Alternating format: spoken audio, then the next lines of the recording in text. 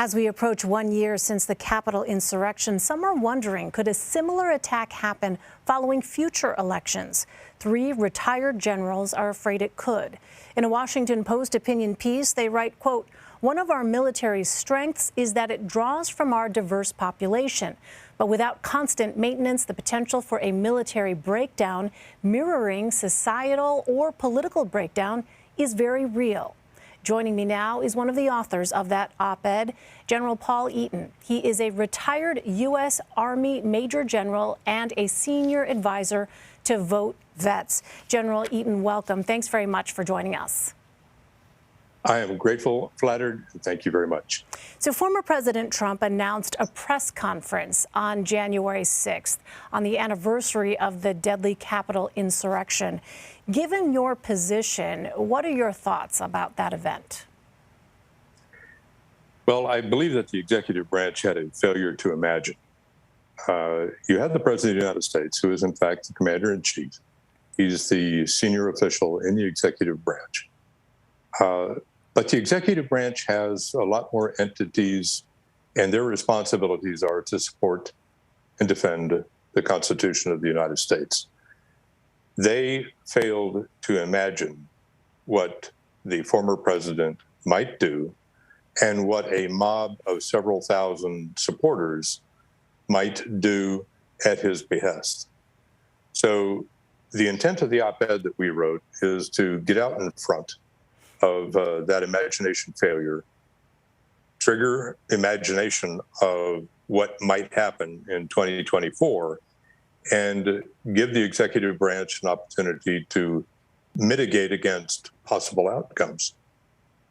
Well, before we get to 2024, though, as we mentioned, the former president does intend to hold on January 6th, 2022, a press conference, and that will be the 1-year anniversary since the deadly Capitol attack. Given what you have laid out in the op-ed, you and the other 2 former military officials, what is it that you think about the former commander-in-chief holding a press conference on that particular day? In this case, I believe that the executive branch has a terrific responsibility to contain the possibilities that might come out of a former president acting on a press conference.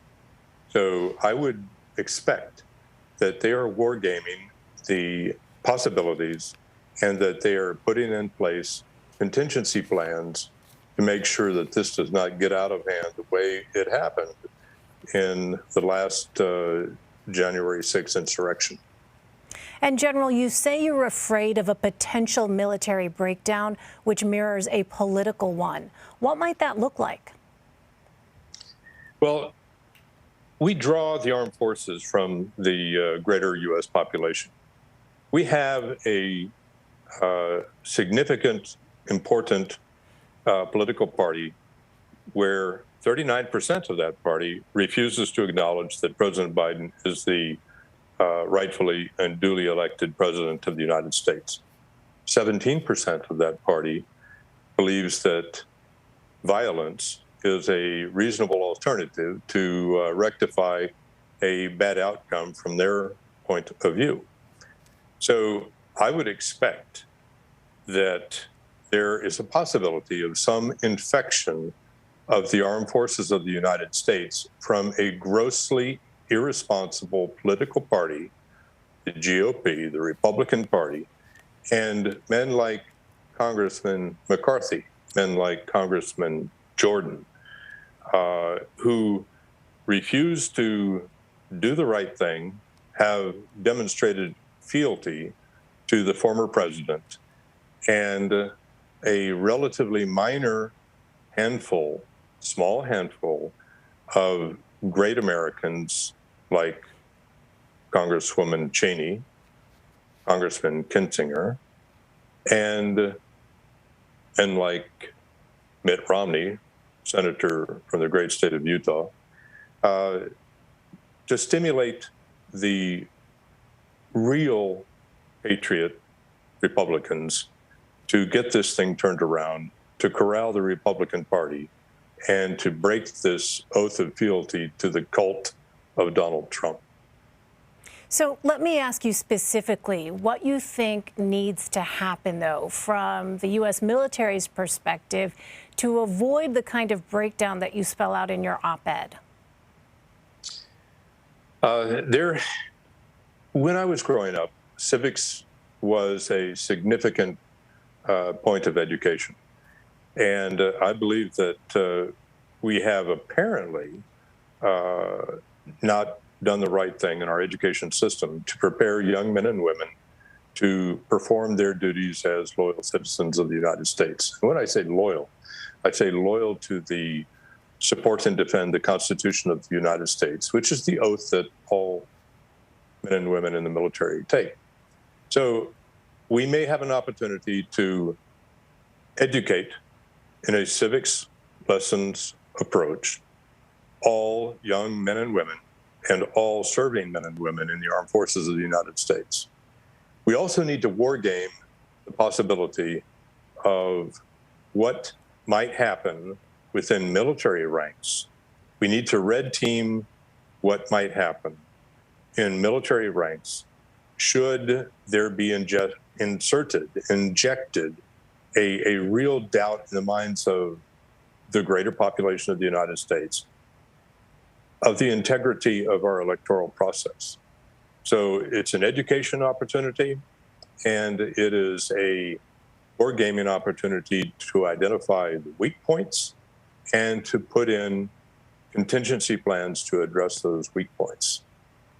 Well, CBS News polling shows 82% of Trump voters believe President Biden's election was somehow illegitimate. You mentioned Congressman Jim Jordan. He maintains that a recently revealed text that he forwarded to former President Trump's former chief of staff about overturning the election on January 6th was not a big deal. How is it that the country can move forward when citizens cannot agree upon a common set of facts? The commission set up to understand better what happened on January 6th, to identify those traitors who are insurrectionists, traitors like Mr. Jordan and like Mr. McCarthy, traitors to the Union of the United States of America, and to bring them to justice. This commission, January 6th commission, will get after all the players that and who were committed to this insurrection and bring them to justice. So I applaud the work that Congresswoman Cheney is doing and her Republican colleague Kinzinger, and I believe that their work will bring men and women to justice and serve the United States the privilege of moving forward from a terrible event in our history. General, you used the word traitors a moment ago to describe Congressman Jordan and others.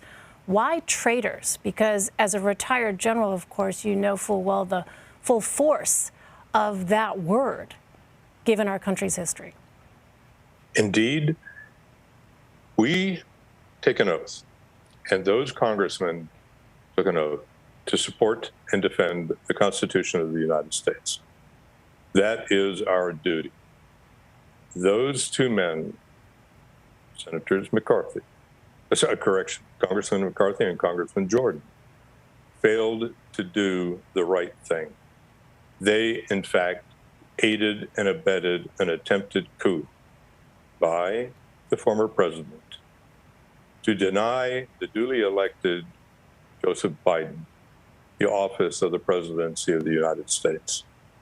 That is a traitorous event, and I do believe that these men should be brought to justice.